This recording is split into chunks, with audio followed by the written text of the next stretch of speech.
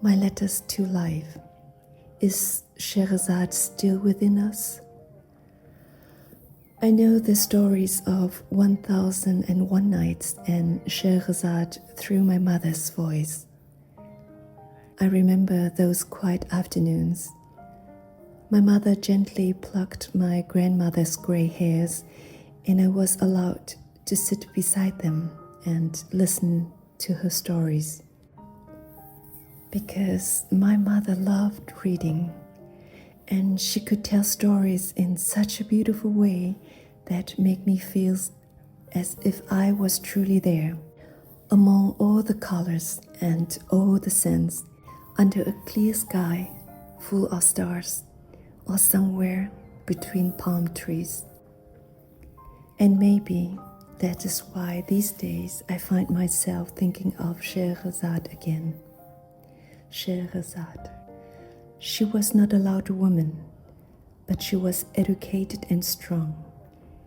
In her world, there was a king who lost his faith in goodness after betrayal, and from that pain, he became cruel.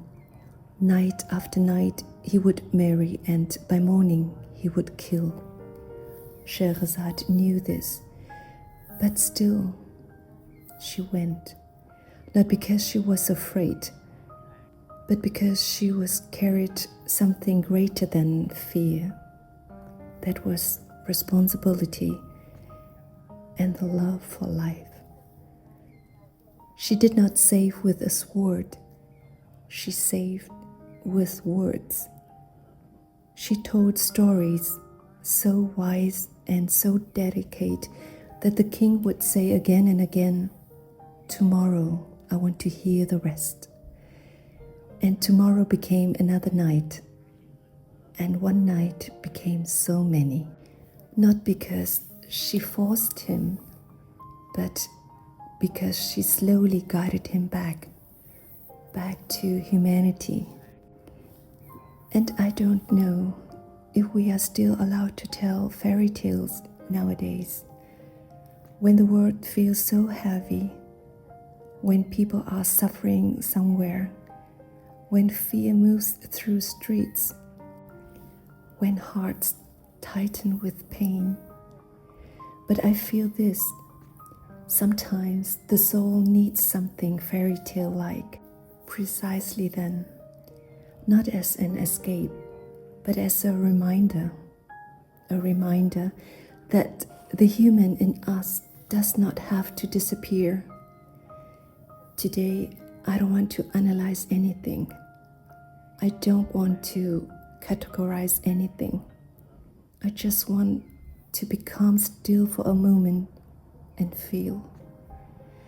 That I feel with others. That I cry for pain that never should have existed.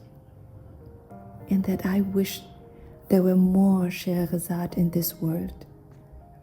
Not as heroes on stage, not as names in headlines, but as human beings who do the right thing at the right moment, holding a hand, leaving a door open, calming a child, protecting a stranger, not giving up on a heart.